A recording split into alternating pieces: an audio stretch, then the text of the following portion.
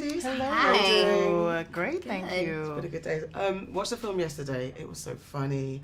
Really enjoyed it. So can you tell me about your characters individually and how they interact with each other? Well, little Jordan is just the smaller version of Big Jordan.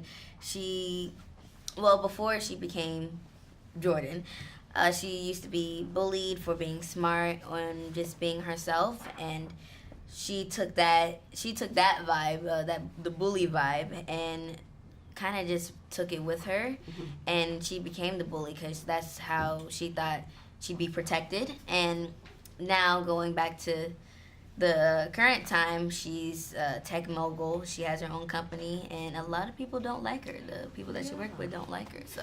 Including my character, Yeah. who she works for. I play April, who's just been taking a lot of verbal abuse from Big Jordan for a while. All she wants is to be recognized, to be promoted, but she just can't speak up and stand up for herself until she has the opportunity when Big Jordan becomes Little Jordan. Yeah.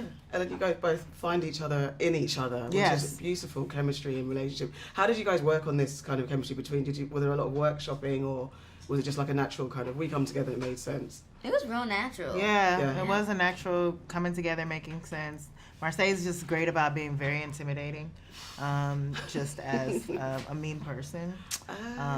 So it was just really easy to be scared of her. And no, but she was great. You know, I think even just watching her on Blackish, like you see her and you just know you don't mess with Diane. Yeah. And so her not even being able to be Regina Hall as this mean character was just so much fun to play with, and we got to just improv a lot and try different things. Yeah. So when did you have the idea for Little? When did it come? And then how did you convince the powers that be to say, yes, I'm a young woman, but yes, I have an idea and I want to make it now?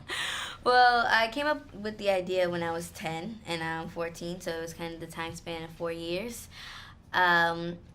We went into, I had the idea from my mom's favorite movie growing up, which is Big, starring Tom Hanks. It was real bomb when I saw it, so that's kind of when I came up with the idea, and I told my parents about it, and they loved it. And then it was the season finale of Blackish season 1, and we told Kenya about it, and Kenya called Will right then and there, and we had a meeting with Will, and then we went to Universal, and Will as in Will Packer, you know, Will Power Packer, no big deal, casually dope, So that's really how it came to be, and in the pitch, it was more like having the confidence to do it, because for me, I was like so young, so I didn't even know like what nervous was. When I was sitting there, I was like, man, this ain't bad, you know. I'm just pitching a film.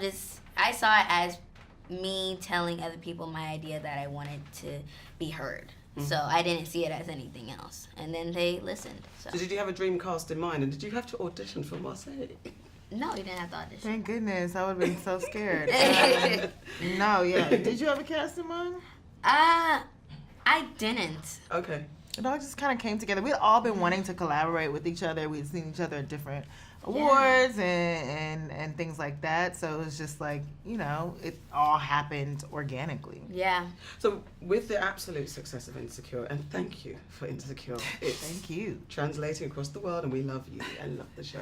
I mean, it's like an unapologetic dedication to telling the Black narrative through very relatable characters. So what was it like working with someone as young as Marsai, and what she represents? Refreshing, and you hit the nail on the head. I think just as a creator, sometimes I get bummed out about the fact that I'm not creating content that my future kids can see. Like, I'm not gonna let my kids watch Insecure. And I think about how strict my mom was on the things that we could watch growing up. So to be able to be a part of something that Black moms and Black daughters can enjoy together, in addition to, you know, all families enjoying together, makes me so proud, and it makes me even more proud that, you know, she was part of widening the horizons for all of us. And so I'm saying there are a lack of like young films that represent us. Yes. Yeah. What were your favorite films when you were growing up and when you were born? When I was born. Yeah.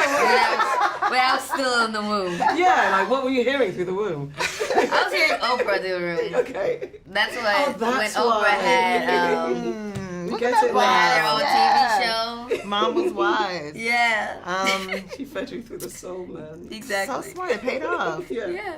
I loved a lot of teen movies. I watched a lot of TV mostly, but my favorite movies were probably Crooklyn. I love that, and that was like the other movie that had a young black girl lead that I was like, oh wow, she's just like me. And Big, obviously. There's just so much, but not many featuring us, as you know.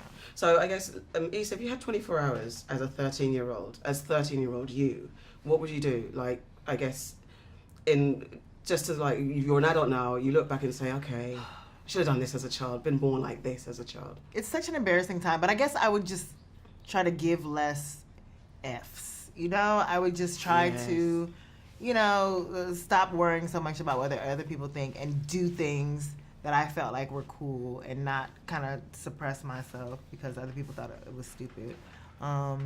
So I don't know what that would be exactly, but thinking about that time really makes me cringe. I must say, so if you had 24 hours as adult grown Marsai, which elements of who you are now would you hope to keep? Because adults, we forget what it was like being a child. Oh. Hopefully I still like Chick-fil-A. Okay. Yeah. Fast food, you're going to grow out of that. No, I don't think so. Really? That's sad. I hope you grow out of it. No, I love Chick-fil-A. Out of all the fast foods, I love Chick-fil-A. Not sponsored, but hashtag should be. Because, every time, when you have Chick-fil-A for like 3 days in a row, your parents don't want to take you anymore. So, like, if you drive. So, as an adult, you're literally thinking just 2 years ahead from now. That's it. Future Marsai, I hope you're laughing right now. And I hope you never live in Chick-fil-A as an adult. But thank you, ladies. Thank you. That was wonderful.